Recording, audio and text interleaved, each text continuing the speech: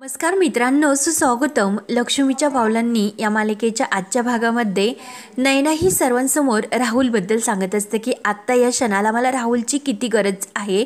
तो या क्षणाला माझ्या सोबत राहायला नको का? या अवस्थेत मला खरंच खूप एकटे वाटते. हा मात्र माझ्या सोबत नसतो आणि हा कुठे जातो ते मात्र मला सांगून सुद्धा जात नाही. तेव्हा आबा अद्वैतला विचारतात की तू राहुलला पेढीवरच्या कामासाठी कुठे पाठवले होते का? तेव्हा अद्वैत म्हणतो की नाही आबा, तो जर ऑफिसच्या कामासाठी गेला असता तर इतका उशीर झाला नसता आणि जर उशीर होणारच असेल तर तो तसे सांगू सुद्धा शकतो. तेव्हा नयना म्हणते की एक्झॅक्टली आपण इन्फॉर्म तर करू शकतो, पण हा मात्र मला कधी काही सांगतच नाही आणि कुठल्याही गोष्टीबद्दल तो मला तसे सांगत सुद्धा नाही. म्हणूनच हल्ली मला खूप एकटे वाटते आणि कलाला म्हणते की कला, अगं मी हल्ली पाहते की अद्वैत खरंच तुला खूप सांभाळून घेतो, पण माझं काय, माझ्या पोटात बाळ आहे, मी कुठली औषधं वेळेवर घेते आणि कुठली घेत नाही, मला काय खावेसे वाटते, काय प्यावेसे वाटते, माझी ट्रीटमेंट कशी चालू आहे याला कशाचीच याचे घेणे देणे नाही. आणि आबा, तुम्ही मला विचारत होतात की मी हॉस्पिटलला जाताना एकटीच का जाते, कारण याला कुठल्याही गोष्टीचा फरक पडत नाही, मग मी काय करू?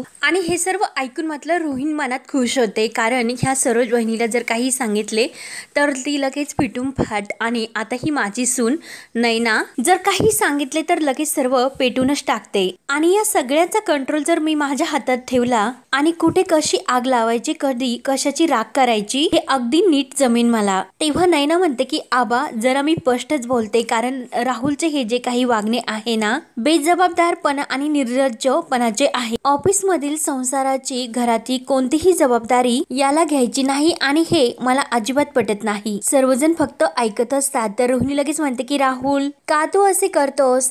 तेव्हा राहुल बोलणार तोच लगेच आबा म्हणतात की राहुल, तो एकही शब्द बोलायचा नाही. हे बघ, मी आता हे तुला सांगतो, आतापर्यंत मी फक्त नयनावर रागवायचो कारण तिचे वागणे मला आवडत नव्हते, पण आज ती जे काही बोलते ते अगदी बरोबर आहे. अरे, तू आता पूर्वीसारखा पोरगा राहिलेला नाही, तू आता बाप होणार आहे आणि तू बिझनेस मध्ये सुद्धा आहे, त्यामुळे तू घरातील आणि संसारातील बिझनेस मधील काही जबाबदाऱ्या स्वतःहून उचलायला हव्यात. ठीक आहे, तू कुठे जातो, कुणाशी बोलतो, हे घरातील सर्वांना सांगायची काही गरज तर नाही, कारण प्रत्येकाला वैयक्तिक आयुष्य तर असतेच. तुला घरात येण्यासाठी उशीर होणार आहे, मग तू घरातील कोणाला तरी किंवा तुझ्या बायकोला हे सर्व सांगायला हवे. ती तुझी जबाबदारी आहे की नाही? अरे, ती तुझी बायको आहे आणि आता ती पोटोशी सुद्धा आहे, उद्या ती आई होईल आणि तो बाप होणार. आणि हे बघ, तिची जबाबदारी तिच्या पोटातील बाळाला सांभाळायची आहे, पण तुझी जबाबदारी तिला आणि तिच्या होणाऱ्या बाळाला सांभाळायची आहे, ही गोष्ट लक्षात ठेव. तेव्हा नयना म्हणते की आबा, 9 महिने तर जबाबदारी आहे, पण या महिन्यात सुद्धा मी आता याला कन्सिडरच करत नाही आणि त्यासाठी तुम्ही सर्वजण आहात. मी कसे ते चालून सुद्धा घेईन, पण त्यानंतरचे काय आणि एकदा बाळ आल्यानंतर त्या बाळाच्या फ्युचरचे काय? मला नाही वाटत की राहुल नियमितपणे ऑफिसला जातो, ऑफिसच्या कामामध्ये न चुकता व्यवस्थित लक्ष घालतो. आणि आबा, हे जर असेच चालत राहिले तर आमच्या बाळाच्या भविष्याचे काय होईल? कधी कधी रात्र मला झोप येत नाही, खूप अस्वस्थ वाटते. तेव्हा कला म्हणते की नयना ताई, अगं प्लीज तू शांत हो, मी तुझ्यासाठी पाणी आणून देऊ का? तर नयना म्हणते की नको, मला काही नको. आणि आबा, हल्ली मला असेच वाटते की मी लग्न करून फसले, मी खरंच खूप मोठी चूक केली, कारण हा जर असाच वागत राहिला तर त्याला बिझनेस मधील कोणत्याही गोष्टी कळणारच नाही. तेव्हा राहुलला तर खूप नयनाचा राग येत असतो. तेव्हा रोहिणी लगेच नयनाची बाजू घेते आणि नयना जे काही आता मला म्हणते ना ते खरंच मला पटते.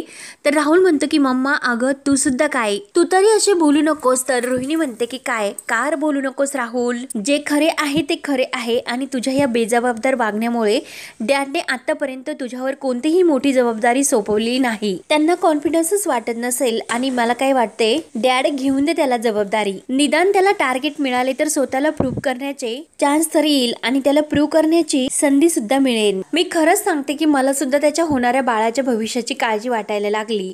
तेव्हा राहुल मनात विचार करतो की मम्माला नेमकं काय झाले आणि अचानक ती नयनाची बाजू का घेण्यासाठी लागली असेल. तेव्हा आबा म्हणतात की रोहिणी, आजपर्यंत आम्ही त्याला जबाबदारी देण्याचे काही कमी प्रयत्न केलेत का? आणि तू तर रामनवमीच्या दिवशी त्या अद्वैतकडून पेपर्सवर सह्या घेऊन नव्या उद्योगामध्ये त्याचे नाव सुद्धा घातलेत, मग आता हे तर कोणी विसरू शकत नाही ना. तेव्हा रोहिणी म्हणते की डॅड अहो पण मी फक्त त्याला चांगली दिशा दाखवण्याचा प्रयत्न करत होते. आबा म्हणतात की ठीक आहे, जे झाले ते झाले, पण आजपर्यंत त्याने जो गोंधळ घालून ठेवलेला आहे त्यामुळे त्याच्यावर एकट्यावर ही जबाबदारी टाकणे काही शक्य नाही. तेव्हा आता निदान रोज अद्वैत बरोबर ऑफिसला जाणे आणि अद्वैतला त्याच्या कामात मदत करणे हे तर त्याने केलेच पाहिजे. आणि हे बघ त्याला स्वतःला काहीतरी सिद्ध करून दे. आणि राहुल ऐकून घे, एक गोष्ट लक्षात ठेवायची की ऑफिसमध्ये गेल्यानंतर फक्त काम आणि कामच करायचे. आणि समजा तू ऑफिसमध्ये जाऊन काही नवीन कुरापत्या करायला लागलात आणि हे जर माझ्या कानावर आले तर लक्षात ठेव की तुझी गाठ माझीशी आहे. ते तुला बिझनेस मधून काय पण या घरातून सुद्धा मी बाहेर काढायला मागे पुढे पाहणार नाही. ते ऐकून तर नैना, रोहिणी आणि राहुल यांना तर धक्काच बसतो. आबा म्हणतात की तेव्हा आता तुझ्या या बिझनेस मध्ये फायदा झाला किंवा नाही झाला तरी चालेल, पण नुकसान मात्र होणार नाही याची जबाबदारी घेऊन तू ऑफिसला जायचे. हे ऐकून तर मात्र रोहिणी मनात रागवते आणि म्हणते की डॅडला मला आणि माझ्या मुलाला संधी तर द्यायची नसतेच, घराबाहेर काढेन म्हणजे काय, ही काही पद्धत झाली की यांची बोलायची. डॅड हे आमचेच घर आहे. तर आबा म्हणतात की हे पा आता हा विषय इथेच थांबवा आणि सर्वजण झोपायला जा. तेव्हा सर्वजण आपापल्या रूम मध्ये झोपायला निघून जातात. तेव्हा मात्र रोहिणी नैनावर खुश होते आणि काही असो पण ही पोरगी मात्र एकदम कामाची आहे. मला तर असे वाटले होते की ही मुलगी प्रेमाने आणि लाडीगोडीने राहुलला समजावेन, पण नाही, इने तर डायरेक्ट सिक्सरच मारला. घरासमोर सर्वांसमोर तमाशा घालून इने डॅडला राहुलच्या कामाविषयी शेवटी कबूल करायला लावलेच. वा नैना वा. त्यानंतर इकडे रोहिणी, सरोज बसलेले असतात आणि रजनी आणि कला किचन मध्ये असतात. तर अद्वैत सुद्धा तेथेच आपले काम करत असतो आणि त्याचे पूर्ण लक्ष कलाकडे असते. तर रजनी ही कलाला म्हणते की अगं फ्रीज मधून मला दूध काढून दे, परंतु कला दुसरेच काहीतरी देते. तेव्हा रजनी म्हणते की अगं कला दूध पाहिजे. तेव्हा कला ही पुन्हा दुधाची पातेली देते. तेव्हा अद्वैत मात्र हे सर्व पाहत असतो आणि परत न बघितल्यासारखे करत असतो आणि मनात विचार करतो की ह्या खरेचे नेमकं काय चालले. आणि रोहिणीचं तर पूर्णपणे लक्ष अद्वैतकडे असते. अद्वैत विचार करतो की इला माझ्यावर डाऊट तर आला नसेल ना. रोहिणी लगेच सरोजच्या कानाजवळ येते आणि सरोज वहिनी मी जे बघते ते तू बघते का असे म्हणते. तेच बघ की अद्वैतचे लक्ष फक्त आणि फक्त कलावरच आहे आणि तिकडे माझा मुलगा त्याच्या बायकोकडे अजिबात लक्ष देत नाही आणि इकडे तुझा मुलगा त्याला तर बायकोशिवाय काही दुसरे दिसतच नाही. काहीतरी गडबड मला नक्की वाटते. तर सरोज म्हणते की रोहिणी हे बघ अद्वैत असे कधीही वागणार नाही. रोहिणी म्हणते की अगं सरोज वहिनी अगोदर कोणत्याही गोष्टीचा अंदाज बांधू नये. हे बघ वारे तर आता व्हायला लागले, पण ते सुखदच असेल असे माहिती नाही. या वाऱ्याची वावळट कधी होईल हे तर कळणार सुद्धा नाही. मला तर असे वाटते की औषध घेण्या अगोदरच काळजी घ्यायला हवी. मी तुला जरा स्पष्ट सांगते, त्या कलाला तू तुझ्या ताब्यात ठेव, म्हणजे नाहीतर कधी अद्वैत तिच्या ताब्यात जाईल हे सांगता येत नाही. आणि तेवढ्यात कला ही त्यांच्यासाठी ग्रीन टी आणि कॉफी आणून देते. तर सरोजसाठी ती चहा देते. तेव्हा कला ही विचारत असते, तिचे या कुणाकडेच लक्ष नसते. तेव्हा अद्वैत तिच्याकडेच बघत असतो. रोहिणी मात्र एकटक कलाकडे बघत असते आणि सरोजला ती खुणावून सांगते आणि अद्वैत कला एकमेकांकडे कसे बघतात तर ते दाखवते.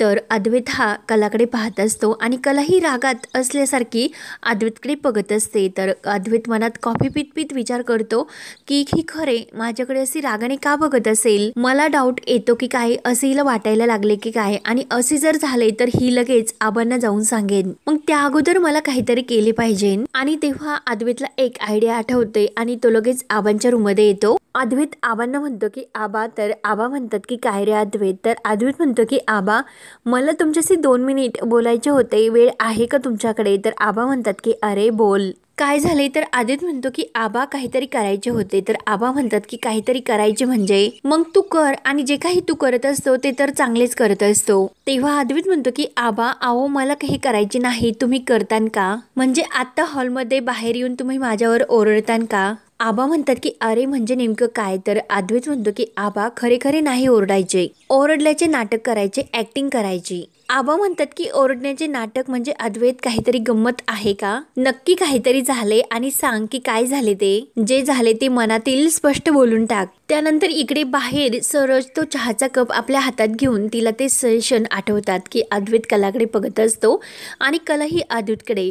तर एक घोट ती चहाचा घेते आणि काही नाही लगेच ती रागाने कलाजवळ येते. कला मात्र आपली बिचारी विचारच करत असते. तर सरोज रागाने येऊन तिच्या हातावर तो कप ठेवून तो चहा तिच्या हातावर हातावर सांडते तेव्हा कला खूप तिच्या हाताला भाजली जाते आणि जोरात आई ग असे ओरडते। सरोज रागाने म्हणते की काय हे, तर कला म्हणते की चहा आहे।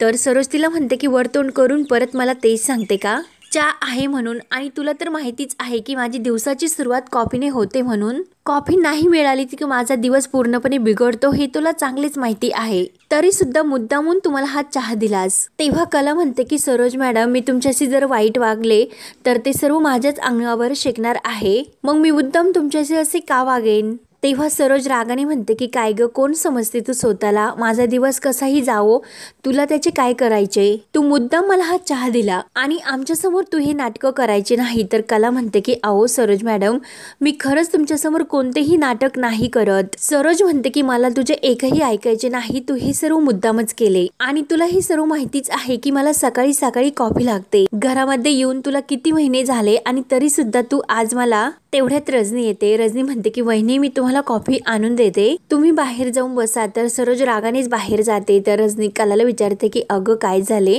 तेव्हा कलाच्या हाताला खूप भाजलेले असते। तेव्हा रजनी म्हणते की अगं सावकाश, मी कॉफीचं बघते। तर कला म्हणते की थँक्यू। त्यानंतर इकडे संगीताने घरातील सर्व पितळाचे जे भांड असतात ते काढून ठेवलेले असते। तर तेवढ्यात दिनकर येतो आणि त्याच्या पायाला त्या भांड्याचा धक्का लागून पायाला लागते। तर दिनकर म्हणतो की काय ग, सकाळी सकाळी काय हे भांडी इथे मांडून ठेवलीस, कशाला इतका पसारा केलास। तेव्हा संगीता म्हणते की अहो ते काही भांडे देऊन पैसे मिळतात की नाही ते पाहत होते, पण ते सर्व जाऊन द्या आणि इतकं मोठं भांड तुम्हाला का दिसले नाही। तर दिनकर म्हणतो सकाळी सकाळी नको तिथे तू पसारा करून ठेवत असते, मग कसा दिसेल। संगीता म्हणते की माझ्यापासून तुम्ही काही लपू नका, जे काही खरे असेल ते मला सांगा अगोदर। आणि संगीता तिची स्वतःची शपथ घालते। तर दिनकर म्हणतो की अगं काही नाही आणि माझ्या डोळ्यांनी जरा अंधुक दिसते हे तुला माहितच आहे। संगीता म्हणते की मग त्याचे काय। तर दिनकर म्हणतो गाडीत पोते टाकण्याचे काम करत होतो, मग त्यामुळे डोळ्यात काही धूळ गेली आणि आणखीन कमी दिसायला सुरुवात झाली। तेव्हा संगीता म्हणते की चला आपण अगोदर डॉक्टरांकडे जाऊयात। दिनकर म्हणतो की का ग, काल येता येताच मी डॉक्टरांकडे गेलो होतो, डॉक्टर म्हटले की डोळ्याचं ऑपरेशन करावे लागेल आणि असे म्हटले की लगेच करायची गरज नाही, थोडं उशीर केला तरी लगेच चालेल, पण हे ऑपरेशन मात्र करावे लागेल असे म्हणतात, नाहीतर दृष्टी अधनुक होईल असे म्हणतात। तर संगीता म्हणते की आओ मग लगेच करूयात। दिनकर म्हणतो की लगेच काय, आपण डॉक्टरांना पैसे चिंचोके देणार का। अगं संगे, पैसे मिळवण्यासाठीच आपण हे जगाचे काम करतो, जाऊन दे राहून दे नंतर करूयात ते ऑपरेशन। तर संगीता म्हणते की नाही, ऐकून घ्या माझे। पण दिनकर काही न ऐकता आपली पिशवी घेतो आणि कामाला निघून जातो। संगीताला मात्र टेन्शन येते आणि नेहमीचेच आहे हे मनातल्या मनात कुढत असतात। स्वतःला होणारा त्रास कुणाला सांगत नाही, स्वतःच्या मनाशीच हे सर्व ठेवतात। पण यांना हे ऑपरेशन करणे सुद्धा गरजेचे आहे आणि ते पण लवकरात लवकर, पण यांना कोण समजावेल। म्हणून संगीताला लगेच कलाची आठवण होते आणि ती लगेच कलाला फोन करायला घेते, पण परत विचार करते आणि नको, कलाला सुद्धा फोन नको करायला, कशाला तिला उगाच त्रास। एकतर अगोदरच ती बिचारी खूप काही सोचते, मग यांच्यासाठी मलाच काहीतरी आता करावे लागेल। त्यानंतर इकडे अद्वैत आबांना सांगत असतो की त्या खरेला काहीतरी झाले आणि काय झाले ते मला नाही कळत, म्हणजे काल संध्याकाळी ती तिच्या घरी गेली होती आणि तेथून आल्यापासून ती जरा अस्वस्थच आहे। आता रजनी काकीने तिला दूध मागितले होते तर तिने तिला दही दिले, रोहिणी आत्याला ग्रीन टी लागते तर तिला तिने कॉफी दिली आणि आबा एवढेच नाही तर आईला तिने कॉफी ऐवजी चहाच दिला। मला समजत सुद्धा नाही आणि कळत सुद्धा नाही की तिला काय झाले असेल ते। आबा म्हणतात की अरे मग तिला विचारायचे तू। तर अद्वैत म्हणतो की आबा मी तिला विचारले पण ती काही उत्तर सुद्धा देत नाही आणि तिने मला जर सांगितले नाही तर मला कळणार कसे। अशी स्वतःला हरवल्यासारखी घरभरती फिरत असते, म्हणून मी तुम्हाला बाहेर येऊन माझ्यावर ओरडण्याचे नाटक करायला सांगितले, म्हणजे कसे की तुम्ही माझ्यावर ओरडला तर तिला कंट्रोल नाही होणार आणि बरोबर ती बोलेन तुमच्या आधारामुळे, तिच्या मनात नेमकं काय चाललंय हे सर्व सांगेन, म्हणजे मी तिचा प्रॉब्लेम सॉल्व्ह करू शकेल। अशा अर्थाने तुम्हाला माझ्यावर रागवायला सांगतो। आबा तर खूपच खुश होतात आणि काय रे अद्वैत किती विचार करतो बायकोचा। अद्वैत म्हणतो की हो आबा, ती अस्वस्थ आहे हे मला कळते, पण का ते मला नाही कळत, मग मी त्याचा प्रॉब्लेम सॉल्व्ह कसा करू। तेव्हा आबा अद्वैतला आपल्या शेजारी बसवतात आणि अद्वैतच्या खांद्यावर हात ठेवून म्हणतात की आज खरंच हे ऐकून अद्वैत मला खरंच खूप समाधान वाटले अद्वैत विचारतो की आबा काय झाले, तर आबा म्हणतात कला अस्वस्थ झाली हे पाहून तू सुद्धा अस्वस्थ झालास. अरे हीच तर खरी खुणगाट आहे, म्हणजे तुझ्या बायकोला त्रास झाला आणि ते बघून तुला सुद्धा त्रास झाला. अरे मग खऱ्या जीवनाची हीच तर खरी ओळख आहे. तेव्हा अद्वैत म्हणतो की आबा हे सहजीवन ह्या खरंच टेक्नॉलॉजी गोष्टी मला नाही कळत, पण ती अस्वस्थ का आहे हे सुद्धा मला नाही कळत. आबा म्हणतात की अद्वैत मंगळागौरीच्या दिवसापासून तुझ्यामध्ये हा बदल झाला आणि तो पण अंबाबाईच्या कृपेने. आणि त्या दिवशी मला जर त्रास झाला नसता तर तुझ्यामध्ये हा बदल झालेला मला दिसला नसता. आबा खुशून विचार करतात की प्रत्येक वाईट गोष्टीनंतर चांगली गोष्ट सुद्धा घडते, यावर माझा विश्वास आहे. म्हणून आबा दिवेला हात जोडतात. तर अद्वैत सुद्धा मनात विचार करतो की मी बदललो आहे, याची तर आबांना खात्री पटलीच. बरं झाले की हे सर्व आबांशी बोललो. आता त्या खरेला कितीही डाऊट आला किंवा ती खरे कितीही माझ्या विरोधात आणि चोमडेपणा करत आबांशी बोलायला जरी आली तरी सुद्धा आबांना मात्र माझ्यावर विश्वास बसलाच. म्हणून अद्वैत खुश होतो आणि हा भाग येथे संपतो. पुढील भागामध्ये अद्वैत कलाचा तो भाजलेला हात पाहतो आणि कलाला म्हणतो की लक्ष कुठे आहे तुमचे, ते हात किती लाल झाला आणि तुम्हाला बघून राग काढू नकोस. म्हणून तो कलाचा हात नळाखाली पाण्याखाली धरतो आणि गुंड म्हणजे तुमची ती काजलच ना, ती आहे ना. तर काजलचा फोन आलेला असतो आणि काजलचा फोन हा कलाला ऐकण्यासाठी अद्वैत तिच्या कानाशी मोबाईल धरतो. तेव्हा काजल म्हणत असते की तायडे अगं डॉक्टरांनी बाबांच्या डोळ्याचं ऑपरेशन लगेच करण्यासाठी सांगितले. ऐकून कला म्हणते की गुंड्या काय सांगतेस, आणि कलाला तोच विचार तिच्या डोक्यात असतो. तिचे कोणत्याही कामाकडे लक्ष नसते. तेव्हा कला ही ग्लासमध्ये पाणी ओतत असते आणि ग्लास भरून खाली जात असतो तरी सुद्धा कलाचे लक्ष नसते.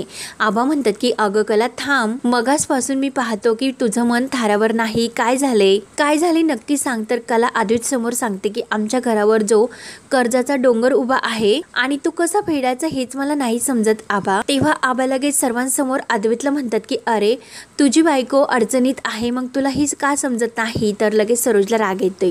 सरोज म्हणते मला नाही वाटत की त्यात अद्वैतची कोणती जबाबदारी आहे आणि तिच्या बाबतीत तर नाहीच नाही. तेव्हा आबांना राग येतो. तर आता आबा कलाच्या घरच्यांचे कर्ज फेडवण्यासाठी अद्वैतच्या म्हणजे साथ घेऊन कशी कलाला मदत करतात ते पाहण्यासाठी आपल्या चॅनलला नक्की सबस्क्राईब करत राहा. धन्यवाद.